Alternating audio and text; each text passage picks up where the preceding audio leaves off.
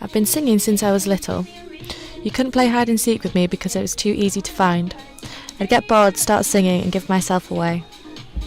The first songs I learnt off by heart were Wonderwall by Oasis and the Leeds Mortgage Point radio advert.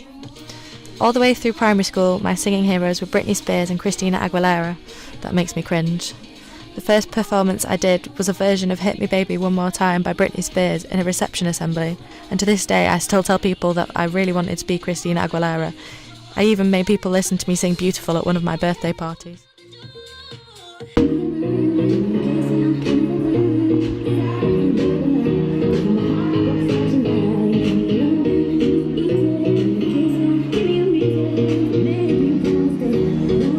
I created routines that my friends and I would perform at our school's version of Stars in Their Eyes, and I was always the first person to sign up. When I moved to high school, I met my best friend in the entire world. I did and still do love her to pieces. We were friends from the very first day and we had everything in common. We liked the same awful music and we had some very questionable dress sense. This didn't change for a very long time and we both loved singing.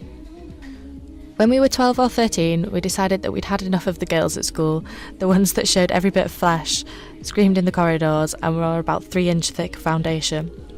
Instead, we opted for 3 inches of black liquid eyeliner. We wanted to be punks, or goths, or emos as we were later called. This brought on 2 to 3 years of painful skinny jeans, my friends becoming incredibly melodramatic, boyfriends with girly fringes, going to bed with eyeliner on because it was too much hassle to reapply every morning. Backcombed hair and lots of My Chemical Romance, being blasted from shitty camera phones and sidekicks. Oh, and Fall Out Boy, lots of Fall Out Boy. These were probably some of the best times we had at school, even though everyone was acting ridiculous due to raging teenage hormones. All we did was hang out in parks, school fields and the corn exchange in town, and pretend that we were grown up and clever.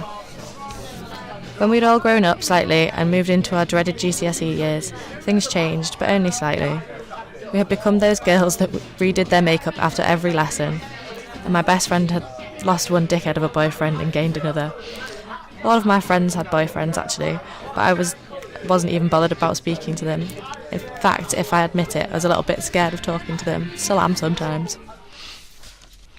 At this point in my life, I felt like no one actually knew who I was. I was underconfident and actually scared to talk to most people.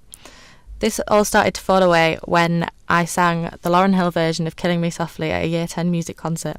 I was really proud of myself. I'd pushed myself to do something that I hadn't thought possible, and people were genuinely impressed.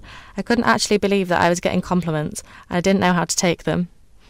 It was around this time that I felt like I began becoming my own person, and that just living in someone's shadow would not do.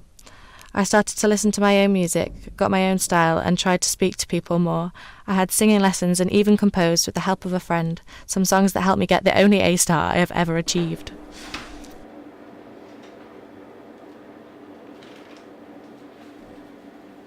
By the time college had come around, I felt like I'd become my own person, and going to Bradford every day by myself to meet my new friends had made me much happier.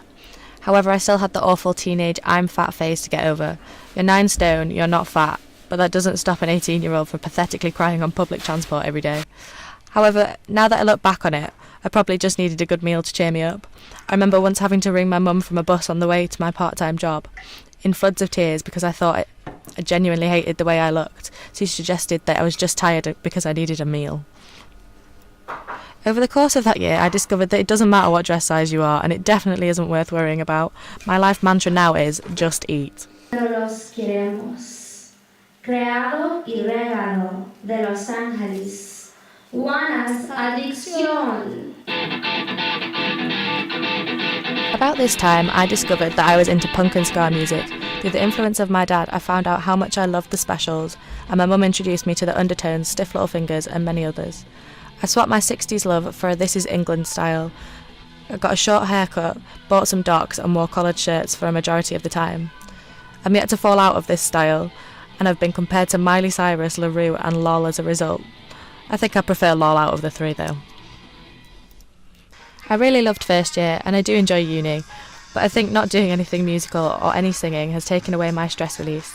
I need to sing at the top of my voice daily. It's cathartic, so I don't care who hears, and I'm not really bothered who cares. The people at uni are what made putting up with a massive workload bearable. You meet some complete idiots, people you didn't even know could exist, and you meet people you have more in common with than you could ever have imagined.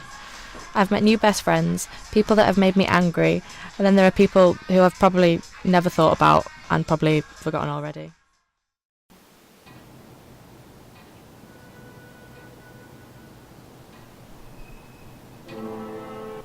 This year has been different.